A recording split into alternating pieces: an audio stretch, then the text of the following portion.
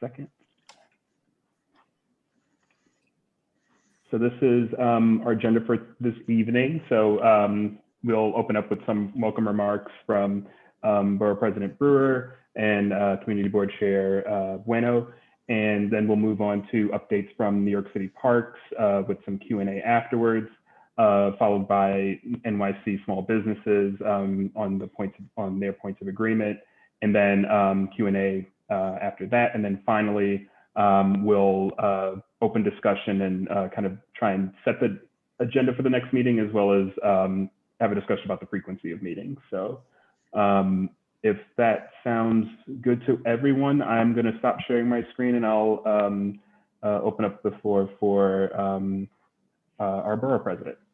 All right. Well, thank you, Tim, and thank you, Community Board 12 and the chair and elected officials for agreeing to do this. I mean, I think it makes sense. It's hard to do it Zoom. This is one of the examples of the challenges of Zoom because, again, I keep going back to the one that Diana Ayala did in East Harlem, and it was in a room, and we were able to really quiz, I hate to say this, the city agencies, maybe less necessary in Washington Heights and Inwood, but we really did, and it just was really helpful to have that personal touch because this is such an important issue. So anyway, I want to thank certainly the Department of Parks, Small Business Services, and either the council members or state senators, elected assembly members, members of Congress, or the representatives, but particularly Chair Bueno for his agreeing to do this. That really makes a lot.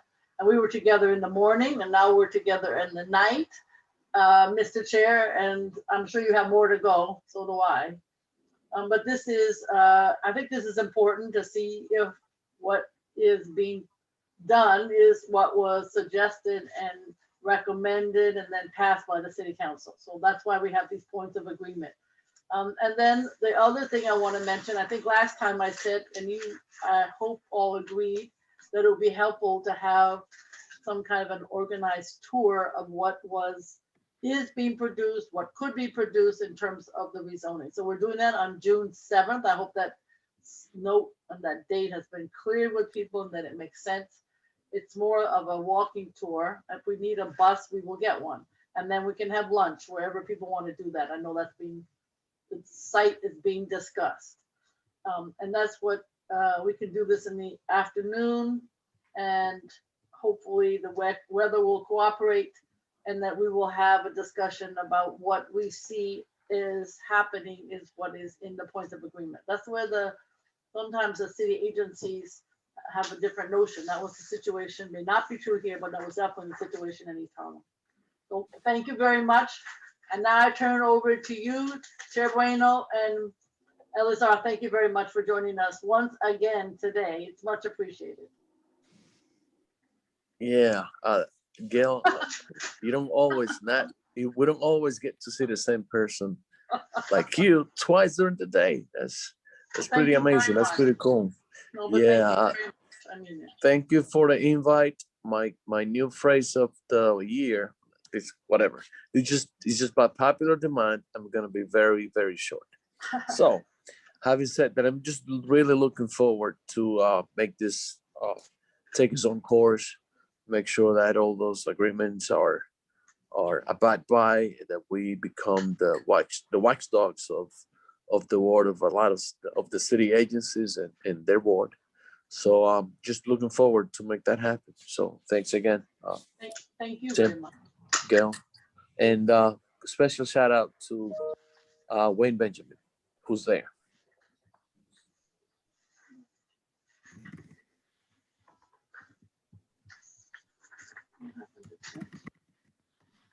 Tim, are you there? Or Wayne? Wayne is next. Oh, sorry, had a troubleshoot with one of the task force members on getting admitted to the into the group. So if I see there, I don't know if Wayne, if you wanted to say a few words, but I do see we do have officials from other electeds office. Oh, I think Eli just gave me a shout out, and so oh yeah, sorry. thank him for shouting me out, and I shout you back. Tim, Thank go you, ahead. Wayne. I wish you have. Okay. Well, I do see we do have Chris Nickel from Senator Jackson's office. I don't know if you wanted to jump in and say a few words. Hey everybody, nice to see you again. We're here. We appreciate the Borough President convening this long overdue task force. Echoing Chair Bueno's remarks, we really want to make sure that this group has some teeth to be able to enforce the few benefits that were new from the rezoning and the ones that were long promised that were rolled into it as well. So grateful to be here. Thanks. Thank you so much. All right, so I'm going to give the floor. Evelyn is here too. Oh, Evelyn, I'm so sorry. It's fine. It's fine. Just, thank you for the opportunity to say hello to everyone, for the opportunity to be part of this task force. We worked very hard in negotiating this agreement, and we are looking forward to seeing it come through and for all these commitments of the administration to be actually delivered to our community. So I am here, I'm taking notes, and I will, pass on to the council member any, messages or any thoughts, ideas, or concerns that come up during this series of meetings. Thank you. Thank you very much, Evelyn. Thank you. Thank you so much. All right, so I guess we can move on to, so I don't see anyone else, we'll move on into the next item on our agenda, which is updates from New York City Parks, who we have Jennifer Hoppe with us. So I will share my screen, Jennifer, whenever you're ready. We're also joined by Elizabeth Ernish from the Planning Division of the Parks Department. Hello, everybody. Thank you. All right, so if we're all ready, I'll share my screen.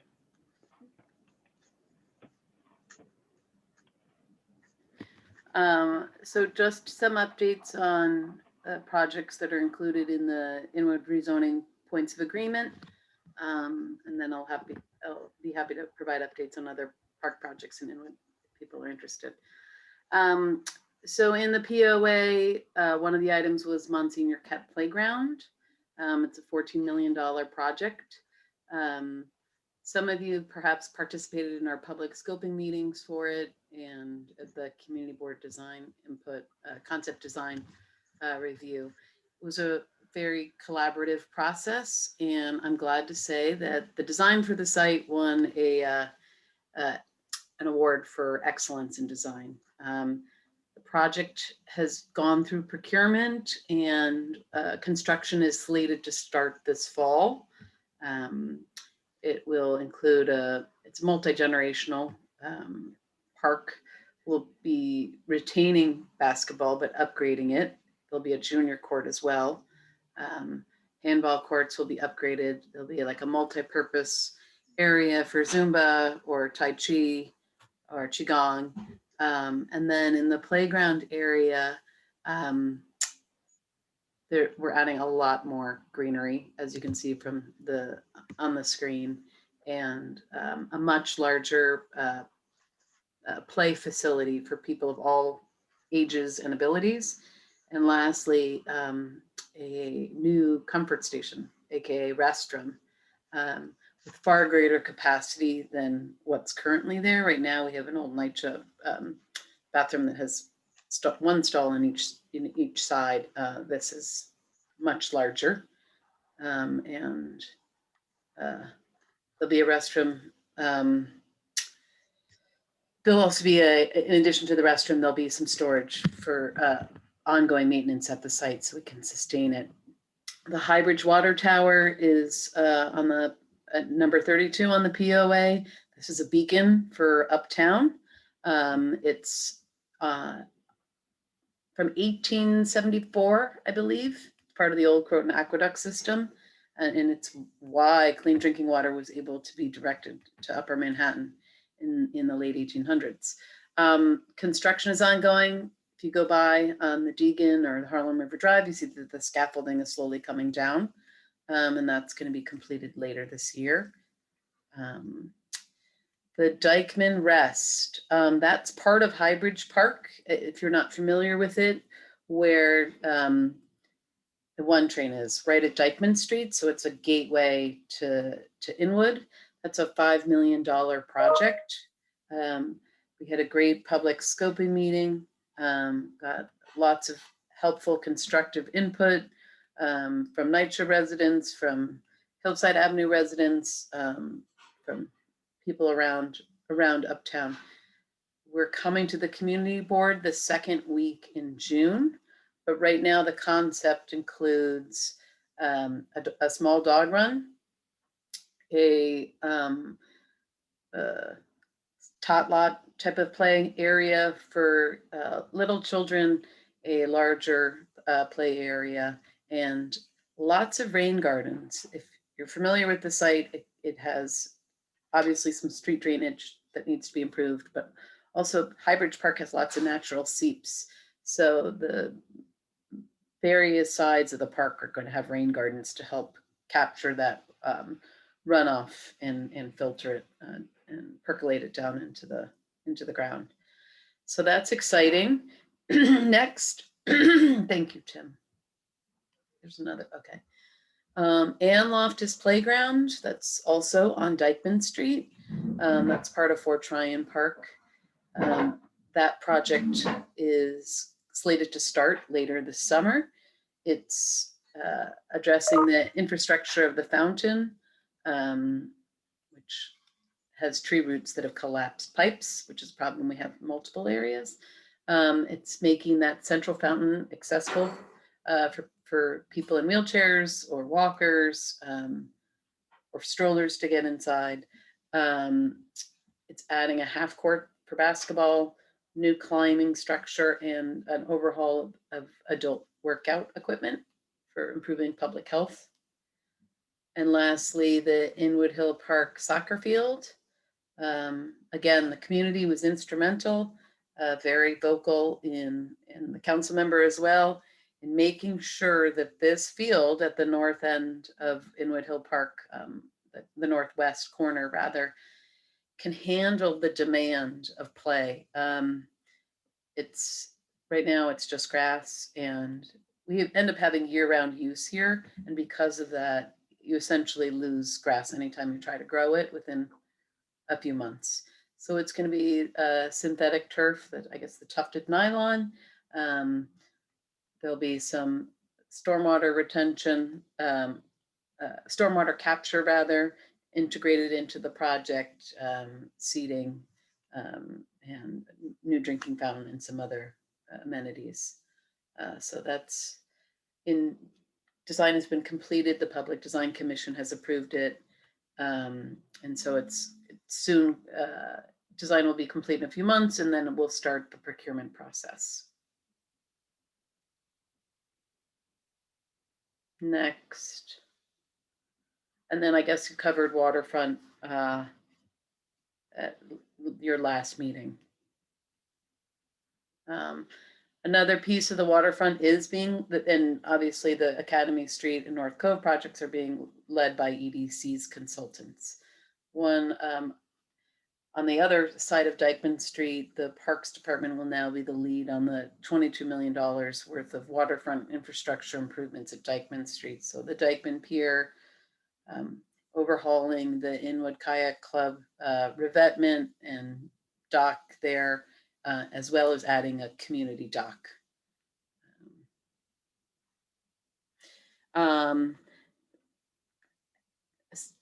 Outside of the points of agreement, but inside Inwood, some other improvements that are on tap. The council member funded over $6 million for the overhaul of 3 of Inwood's baseball fields, rated Seaman and Isham Street, and adding lights to one of them. The Inwood Nature Center is advancing into construction. Was paused by COVID. OMB has lifted that pause, and the project was awarded. So we're waiting for the contract is being registered, and then the contractor will determine an order to work date. But we expect it'll be sometime later this summer. And the public bathrooms, because of the former council member funded project, are separate and apart from the building, so those can remain open during construction. You know how important public restrooms are. The Dikeman farmhouse has a $6 million project, roof, making the facility ADA accessible. And I believe they're in procurement for a specialized designer for that at this point in time.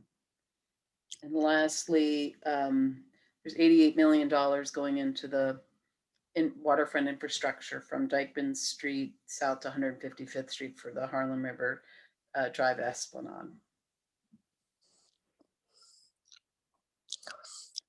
Is there any update from EDC on the Academy Street and the North Cove, or they're still on pause? I don't know. I'm sorry. I don't know if somebody from EDC is on the call or not. I can answer that. No, I don't think we were joined by anyone in EDC for this particular call. So that is definitely a question I can take down and forward off to them. And also with the Dikeman Pier, what's the timing on that? You said that was going to be under Parks. That's under Parks. So it's been transferred to Marine Operations. Okay. Previously, you know, I think the city was waiting for a certificate to proceed from the Office of Management and Budget.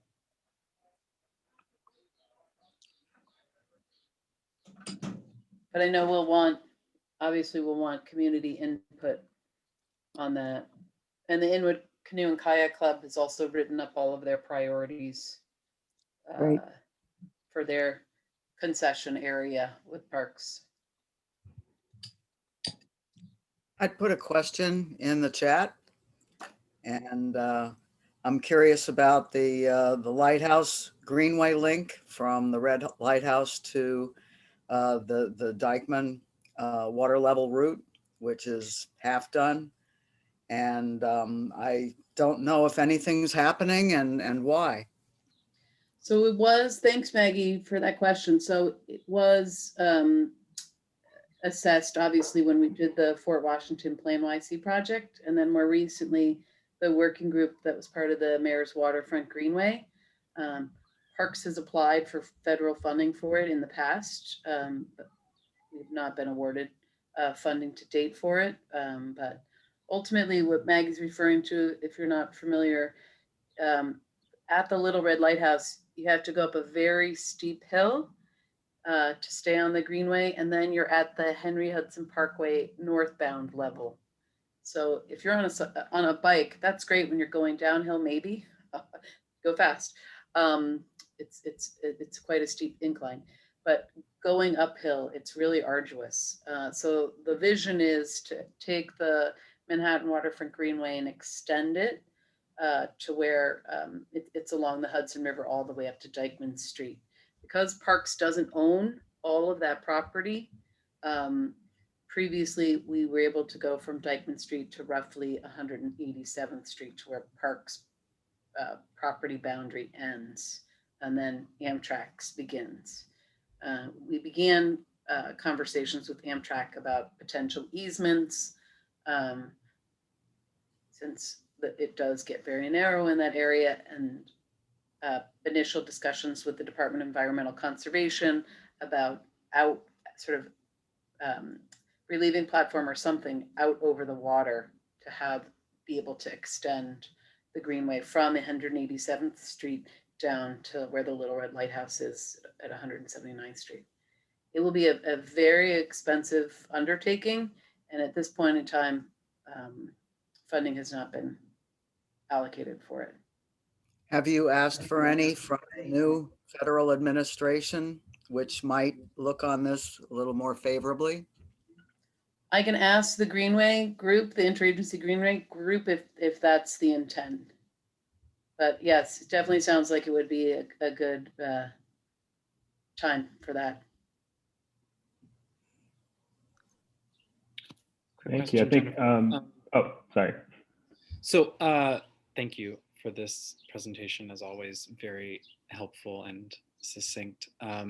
I was wondering about a chunk of change that I've heard talked about for the Dikeman Waterfront south of the pier. I've heard talk about a pot of money that's there that seems to be affiliated with the rezoning, but also seems to be needing to get spent before the end of the fiscal year. I'm not sure if you've heard anything about this. I will try and do a little more digging to see where the lead is coming from, but if it rang any bells, I just wondered if it did, whether you could expound on it. It's No, just EDP money, I think. just the 22 million for the Okay. the Dikeman Waterfront. But that has no restrictions of date on it, right? Right. It's in the points of agreement. Right. I don't Okay. believe so. It's Elizabeth. It's all city capital dollar. So Okay. it wouldn't expire. I don't believe it's tied to any kind of other state or federal funding cycle. Okay, great. Thank you. Because I think it is the 22. I think that is the figure that I heard. And I think I heard it from several members of the boathouse. So I will follow up to make sure that there's a mutual understanding that there's not a mad dash to get that spent. No, that might be their concern. Of course. Their license agreement was expiring. Yes. So Yeah. we've granted them an extension. So okay, cool. There's no intent for the community to lose that key partnership. Okay. So thank you. sure. Are there any more questions for Jennifer or Elizabeth? I guess seeing none, I'm going to stop sharing my screen. And thank you so much for giving us this presentation and giving us these updates. Well, thank you to Gail for convening this group and for ensuring the community stays involved, engaged, informed. And Eli, thank you. We have a great community, and we're glad to collaborating. We're happy to have you, Jen. All right. Well, I think we can move on to our next update. So we're joined by Megalina from Small Business Services. Do you need? I think you should be able to share your screen if need be.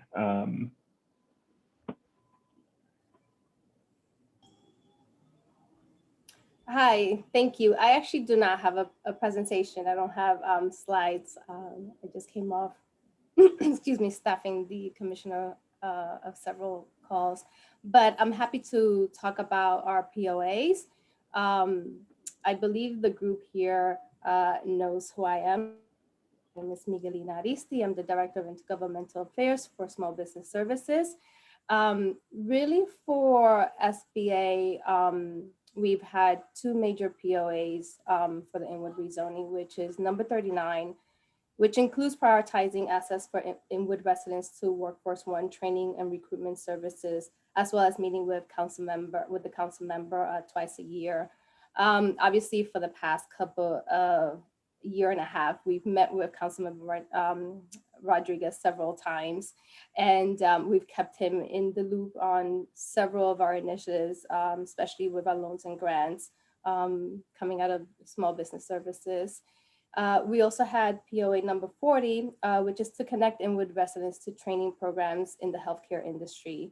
And although all of our Workforce One career centers and business solution centers are operating virtually and delivering services remotely, we have shifted healthcare development trainings online due to COVID-19. So in FY20 and 21, our Workforce One Center made 447 job connections for residents of Washington Heights and Inwood. In FY20, there were 361, and FY21 year to date would have been 86. And for all FY20, the first 7 months of FY21, we have had 298 enrollments in our healthcare sector training.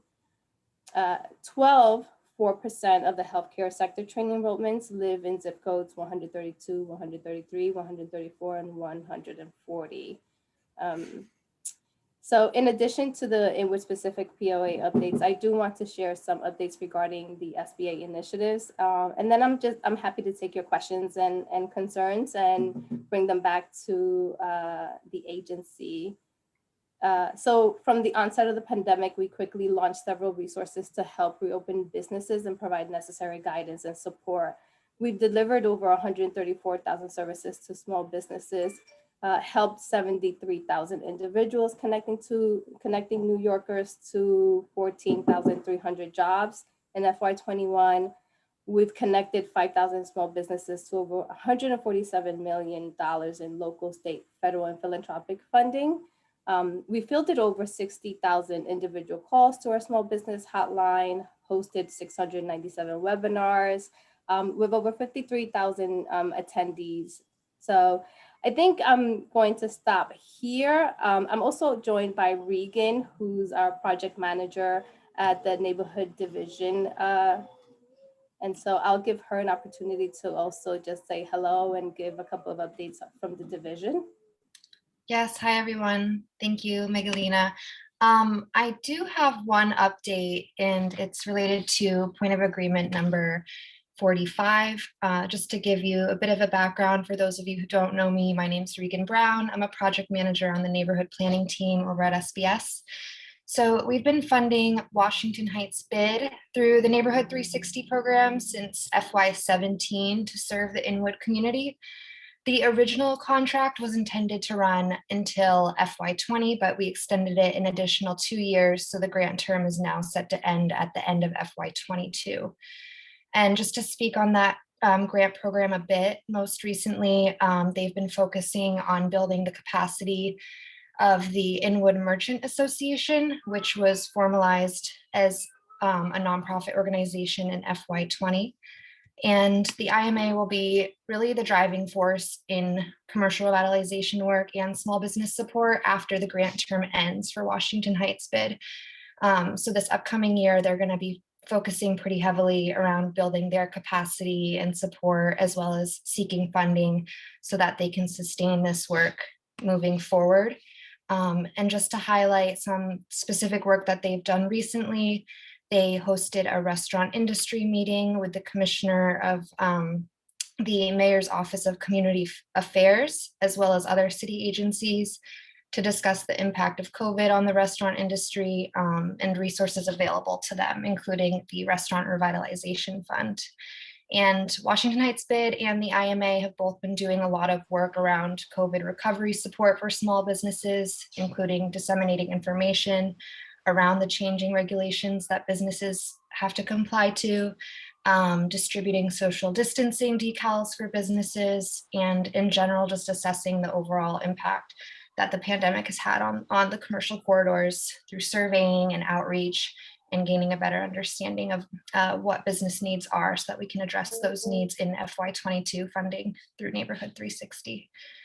But that's it on my end. Let me know if anyone has any questions. I have a question actually for Aristide. I don't see a way to raise my hand, but I think that's the way I'm set up. But going back to the discussion of Workforce One, and I think it's something we discussed last time, there's a phrase that's used, job connection. And over the course of years, there've been a lot of discussion of, city agencies and nonprofits and what they do, and I guess do not provide to clients with regard to, actual getting jobs. So how is a job connection defined? Does that mean you connected a person looking for a job with a job? Or does that mean, you got them an interview? Does that mean you showed them how to redo their resume? What do those numbers mean actually? Thank you, Wayne, for the question. Yes, it is something that we did discuss in their last meeting. And there are several things that we defined in job connections. So, and we do take into consideration all of the above. So, when we connect with a client and we're helping them with a resume, when we actually connect them and prepare them for interviews, and I did say that I'm happy to have our Deputy Commissioner for the Workforce Development Division attend the next meeting So that's something that I can go back and schedule. Yeah, I think, and perhaps our, business development committee or this task force would like to know how many people who are looking for jobs actually got jobs. Sure.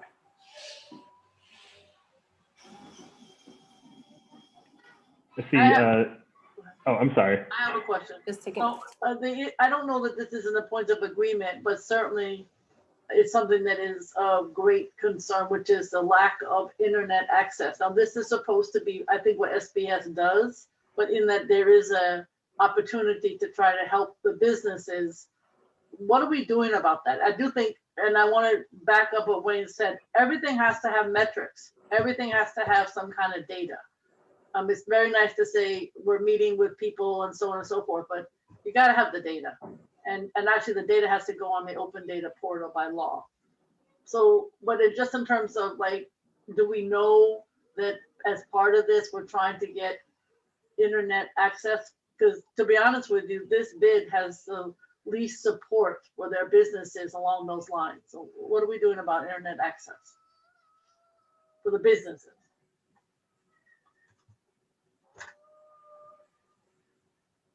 It's either Magdalena or Megalina, do you want to speak to that at all? I can go back and bring back what we are doing with internet access. I know that there is one RFP hour, I believe it's almost finalizing, where the city is working to expand broadband access to the city, but I don't know all the details, so I can come back and share more. Okay, but you need the data. But Wayne's question needs to, like when you come, for suggestion, just when you come to talk, you should have data in addition, because particularly with your issue, data is incredibly important. Parks maybe less so. Got it. Copy. I see Sally has her hand up, and then Chris can follow.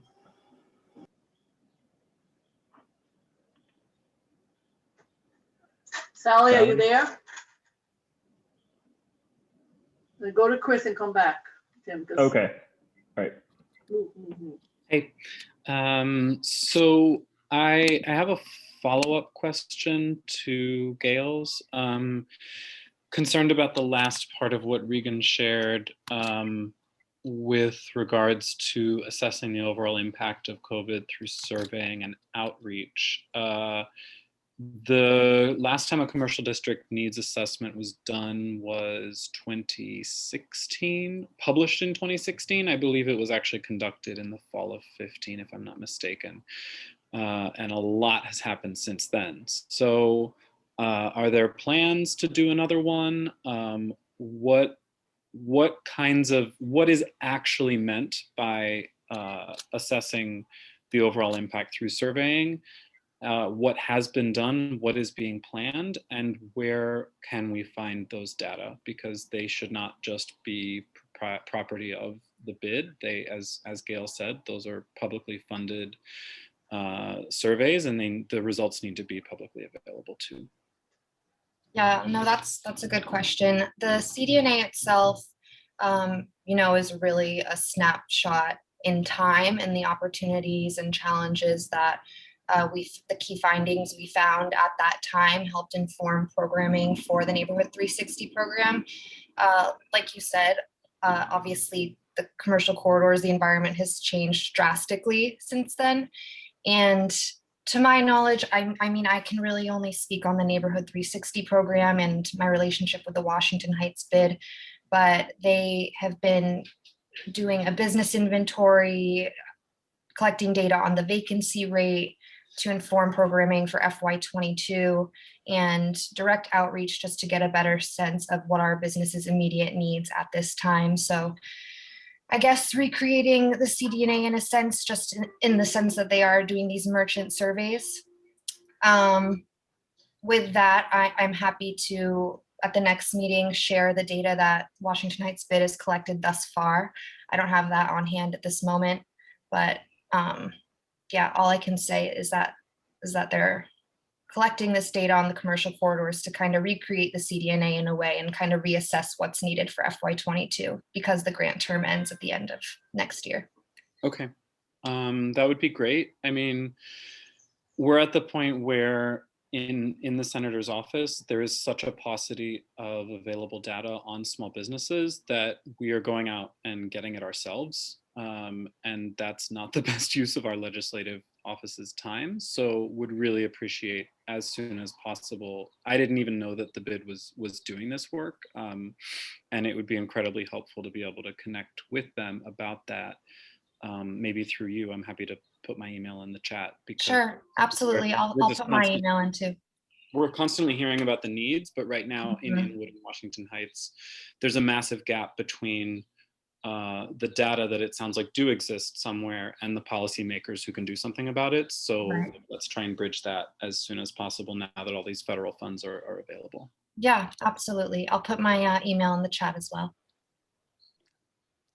And my question, this is Sally, my question was sort of a follow-up to Wayne's. I just wanted to get more data on how many people actually got jobs, how much capital was, what kind of loans were received by our businesses, how many, what size. So for each of the points of agreement, there's data that should follow rather than just general discussion about connections and that kind of stuff. So I would like to see a lot more data.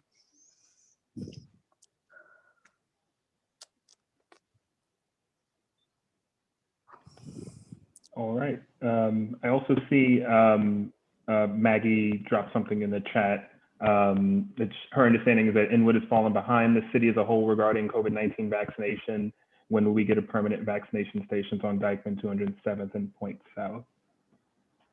Okay, but it's not relevant to these two agencies. So Maggie will find out on our own. Okay. Keep going.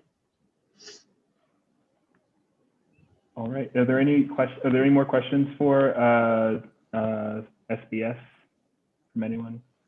I guess when you go back and do the CDNA, can you get some information on how many of our businesses are actually connected to the internet and what their needs are? Because I don't think that was in the first one.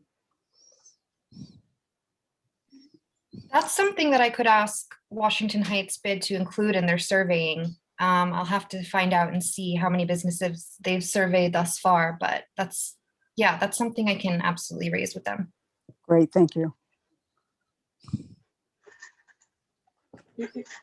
All right. You don't have like a boilerplate survey that you do for businesses? Does each bid kind of do it based on what they think the questions are, or something so that you could, compare apples to apples? We have a standard template that we provide our grantees year one, the merchant and consumer surveys when they're conducting the CDNAs. So we do have that on hand. Okay, but it doesn't include internet, is what you're saying? To the best no, it doesn't. Does not. Can you add it to the next?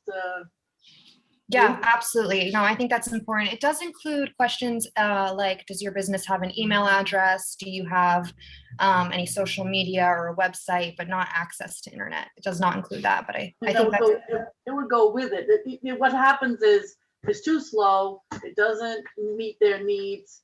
And I can tell you, when we had the COVID and we're trying to reach businesses in Inwood, we had to go door to door. Mm-hmm. Whereas if you're at Grand Central, you just send out an email. Right. Okay. So yeah, therefore they need help. So I actually don't need a survey, but you couldn't survey. They need help. And I don't know how, there's a lot of money coming for broadband. They should be prioritized compared to other places. So I understand there's an RFP or RFEI, but I don't know, seems to me somebody should be focusing on that. Mm-hmm. I can put it in writing. I like writing letters. So if you want. Okay. Thank you. Thank you so much. All right. So the last point that we have on the agenda is just open discussion. If anyone has any thoughts on the next meeting, on the frequency of these meetings. I think initially we were hoping to do them once a month, but I think, in order to give agencies some time to have updates, I think it was proposed that we could move these to quarterly. So I'm just throwing it out there if anyone has any thoughts or has any suggestions on how often we should meet. And I'll make sure that I get that next agenda out and send the invites out. I think more than time, I'd go with Gail's sentiment of having punctual and distinct task that we can come back to our next meeting and say what we've been able to accomplish. And I'm a business owner, been a business owner both in Inwood and Washington Heights, and I'm part of the debate as well. So those are important things that are being brought to the table that we need to follow up with. And I suggest that we take notes, especially the city agencies, and come back with what we've done and what we've accomplished, so that we have specific follow-ups instead of just bringing more and more and more to the table and bring more layers without really accomplishing anything specific.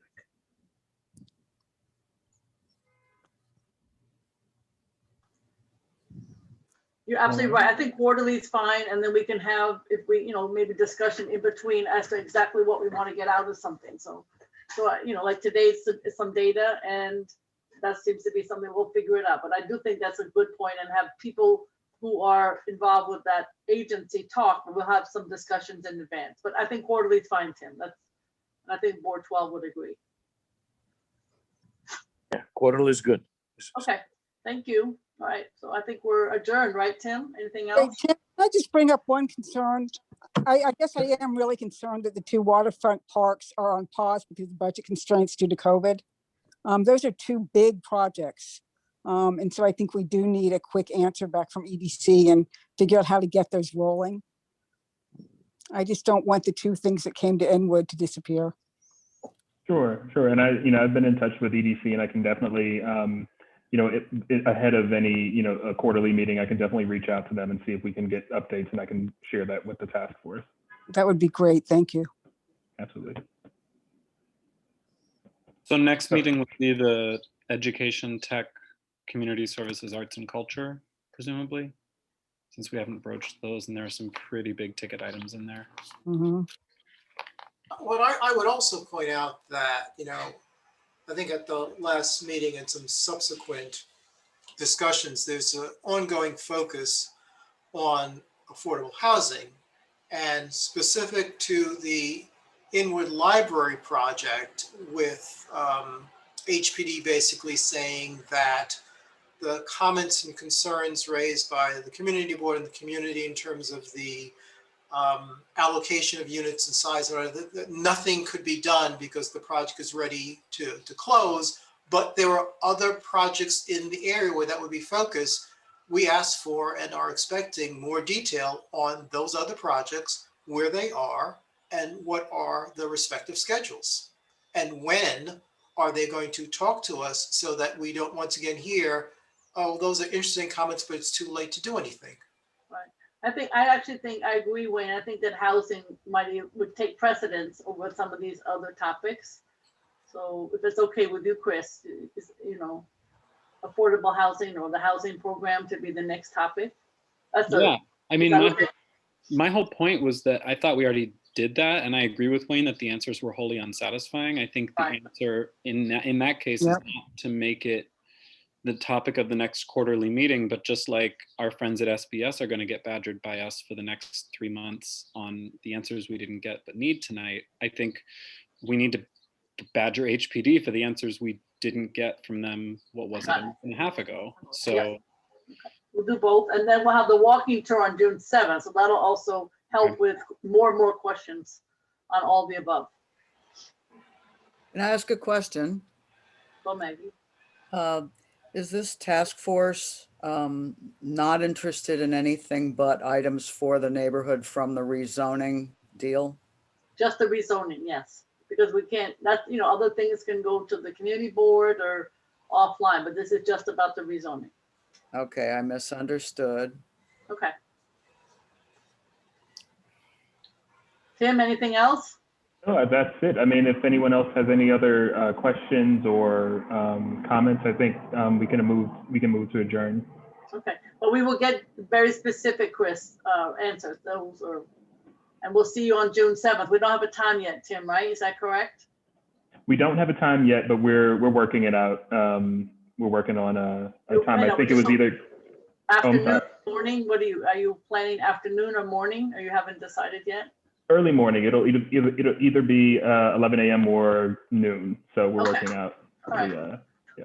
Right, and everybody's welcome, but you can't come just for lunch. You have to do the walking tour, and then you can have lunch. And Sounds everybody. good. All right. Perfect. All right. Okay. Thank you, Gail. Thank See you you. later. Bye. Thank you so much. Thanks, Gail. Bye.